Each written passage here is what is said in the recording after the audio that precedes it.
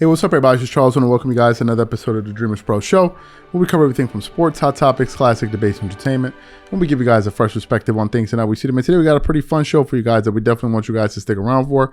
So please make sure you like the video and subscribe to the channel. Now, we all know that Shannon Sharpe and the Memphis Grizzlies have a history now, right?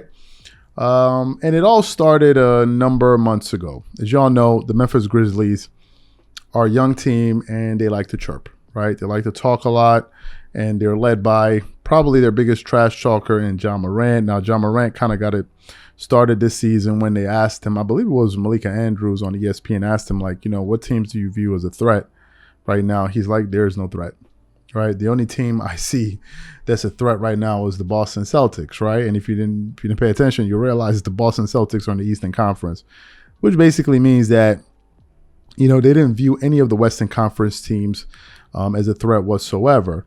And this type of talk started to turn off some NBA fans, you know, and some critics of the Memphis Grizzlies. And one of those guys was Shannon Sharpe, right? Shannon Sharpe made his opinions crystal clear about the Memphis Grizzlies on Undisputed, where he said that the Grizzlies do a lot of talking. They do a lot of talking, a lot of chirping for a team that hasn't won anything, right? So that's what Shannon Sharpe said. Then Ja Morant kind of sneak dissed Shannon Sharpe in the video he released on his YouTube page when he was unveiling his new Nike sneakers, when he was playing Shannon Sharpe's voice in the background at the beginning of that clip. And then at the end, he wrote, "Block out the noise," and we covered that, right? Then we all know what happened when Shannon Sharpe attended a Lakers game out there in LA versus the Memphis Grizzlies. Things got really chippy. And you know, right at halftime, you saw him going at all the various Grizzlies players. First, it started off with Dillon Brooks. Then he started going with Ja Morant. Then Steven Adams came over. Then he was going at Ja Morant's father. All of these different things, right? And then Shannon Sharpe came out, gave his side of the situation. People gave their opinion on it, and most people thought that Shannon was in the wrong there. So what happened yesterday? Yesterday, the Memphis Grizzlies were playing against another young, talented team in the Eastern Conference, in the Cleveland Cavaliers, in one of their recent acquisitions in Donovan Mitchell, who's a baller, right? Trust me, I know. I saw what he did to the Clippers in the playoffs a few years ago, so he's legit. So anyway, in that game, they're going up, they're jostling, I believe, for like a rebound or something.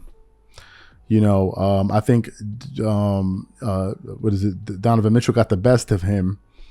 And then on his way down, Dillon Brooks just basically, you know, hit, what's his name? Donovan Mitchell in the private section.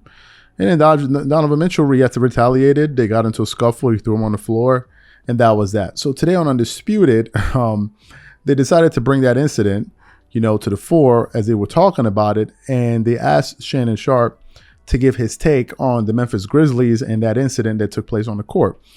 And he did not hold back whatsoever. And I absolutely loved it. So what we want to do is we want to play the comments that Shannon Sharpe had to make here about the Memphis Grizzlies and that incident that took place on the court yesterday. Then we're going to come back and react to his comments. Take a listen to what Shannon Sharpe had to say here. Happened last night. It was a dirty play. Skip, you're in the NBA. The one thing we know about the NBA, you'll get your shot blocked. If I were to fight every time somebody got a good clean lick on me and I'm playing a wide receiver or tight end, Skip, I'll be fighting like at least twice a game. It happens. It's a part of the game. He gets his shot blocked and he looks and swings his hand. And he said, well, he didn't mean to hit him in his groin. He meant to hit him. Skip, if I meant to hit somebody in the chest and I hit him in the face, I still hit them. Where I hit him at didn't matter if I intentionally hit someone. He intentionally did this. And what did he think Donovan Mitchell was going to do? Like, oh, man, it's cool, no problem. Yeah, he was supposed to try to hit him in his head with the ball. He was supposed to react the way he reacted. I don't know what the NBA thinking. Like, oh, man, Donovan, you can't react like that. When the man intentionally did it, and he has a history. Skip, remember he smashed Gary Payton Jr. out there? Dislocated his elbow? Yep. He got several, Anthony Edwards on the screen. He tripped D'Angelo Russell. I mean, come on, bruh. That was totally unnecessary. Dillon Brooks is a very intense guy. He's prides himself on being a defensive stopper. He said, I think, who was that? Devin Booker got 50 against somebody. He's like, well, I want him to play against us because he ain't getting 50 against me. He prides himself on being able to stop the guy from scoring. But Skip, these guys have gotten so good at putting the ball in the basket, you got to just hope they miss. Do you understand? Donovan Mitchell is one of the great scorers in NBA history.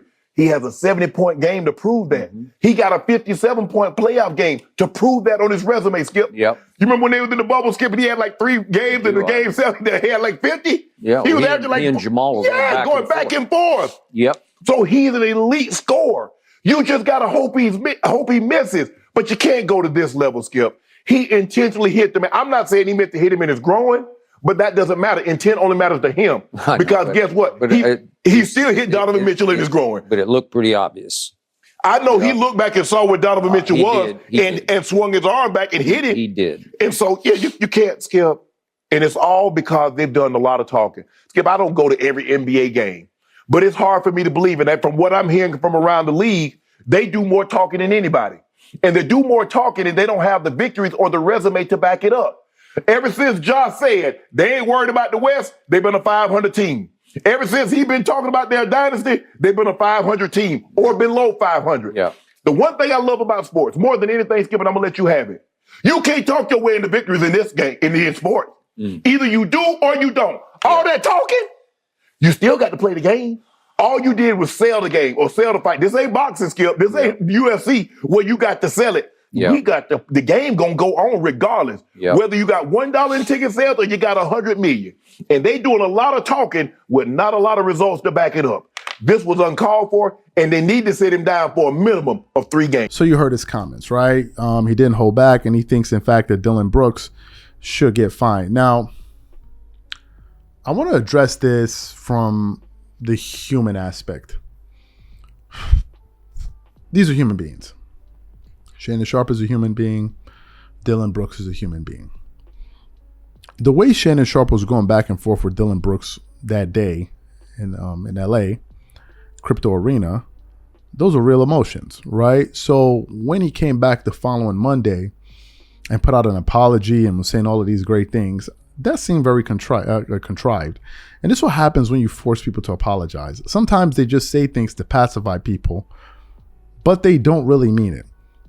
I find it very hard that Shannon Sharpe's position would have changed that quickly on the Memphis Grizzlies and the players. What would have occurred over a 2-day window to make him all of a sudden feel the way he felt, referring to the things that he had to say about them? So obviously I thought that, and I questioned at the time, did he actually, was that a written apology, or was he speaking, was he speaking from a teleprompter, or was he speaking from the heart? Because he pulled it off pretty smoothly. But this is what happens when you force people to apologize, right? Because listening to him now, the human part of Shannon will be like, yeah, these are the dudes that you got into a dust up with, and see them now, right? And he will probably want a little bit of retribution and a little get back, right? You can tell by the way he was talking in that clip. Now, to look at the Memphis Grizzlies here, they're the number 2 seed in the Western Conference.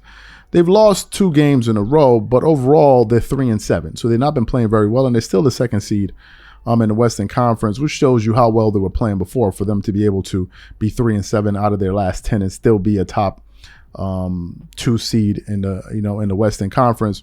I think I'm going to kind of approach the Memphis Grizzlies with what Steven Jackson said on the I Am Athlete podcast, where he said essentially,